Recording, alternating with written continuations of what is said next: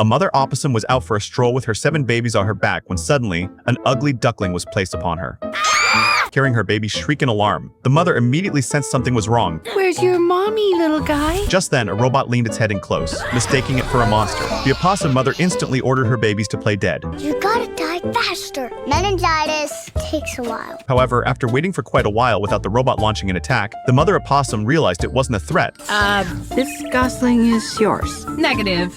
That gosling stalks me. She learned that the robot was named Rose, and the aircraft carrying it had crashed on the island. Shortly after landing, it had found a bird's egg. As soon as the gosling hatched, it mistook Rose for its mother. Seeing the little creature's adorable appearance, a strange, warm feeling flooded Roz's cold, mechanical body. Yet the very next moment, Roz dropped the gosling on the ground and intended to leave on its own. Seeing its mother walking away, the gosling immediately stumbled after her. Even though it kept bumping into things and getting dizzy, it still ran up to Rose, seeking a cuddle. But as a cold, unfeeling robot, Rose couldn't comprehend such behavior. After hearing the full story, the mother opossum told Roz to take the gosling back and care for it properly, because in the gosling's eyes, Roz was its real mother. However, Rose explained that it had no current mission directive, so its system was defaulting to a return to headquarters. Taking care of him is your task now.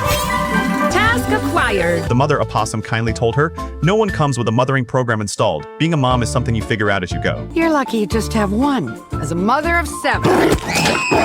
6 babies. Speaking from experience, the mother opossum told Roz that it needed to teach the gosling to forage and swim, and, crucially, to fly before autumn arrived, or else the gosling would die. Eat, swim, fly by fall. Or...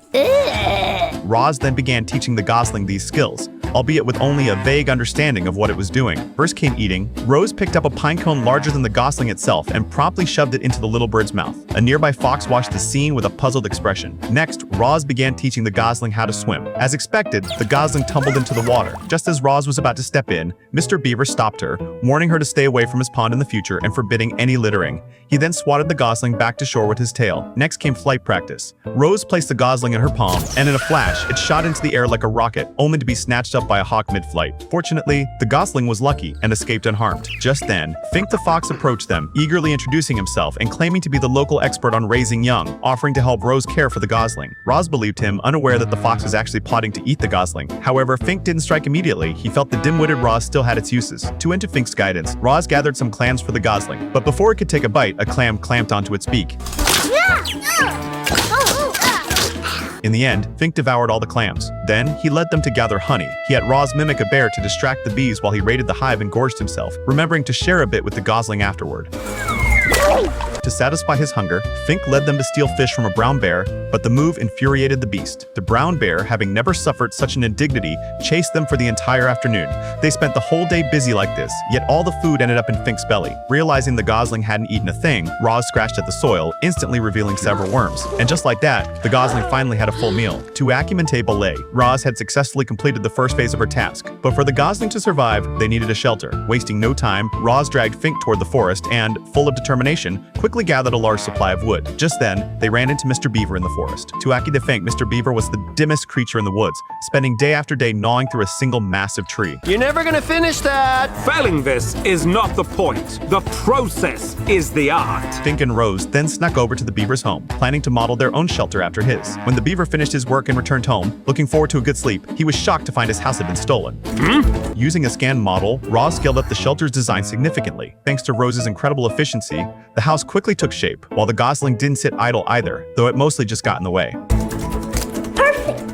After hours of hard work, they finally completed the perfect shelter. Just as Fink was settling into his soft, cozy bed, Mr. Beaver suddenly showed up at the door. This house of yours? You copied it. It's my design.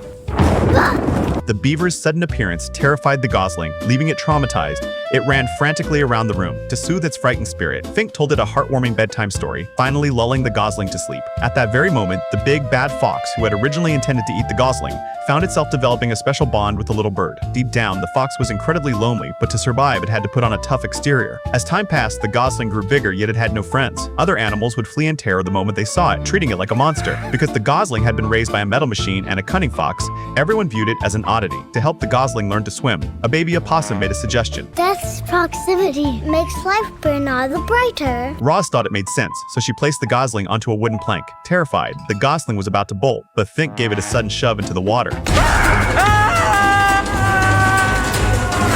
After struggling in the water for a while, the gosling was amazed to discover that it had actually learned to swim, and so Roz successfully completed her second task. One day, while passing through a patch of reeds, the gosling spotted many others that looked just like it. Excited, it immediately swam over to join them. However, seeing its comical way of swimming using its wings like paddles, the others began to mock it. Hearing rumors that its parents were monsters, they pinned it underwater, intending to get rid of the freak. Sensing the gosling was in mortal danger, Roz rushed into the lake. The geese scattered in fear at the sight of her. But no sooner had the gosling escaped that danger than a large fish dragged it underwater. At that critical moment, Roz's arm arrived just in time to prop up the fish, allowing the gosling to break free. But just then, the flock of geese returned. This time, not only did they taunt it, but they also revealed the truth about its origins. You think that thing is your mother? Yes, that thing killed your mother.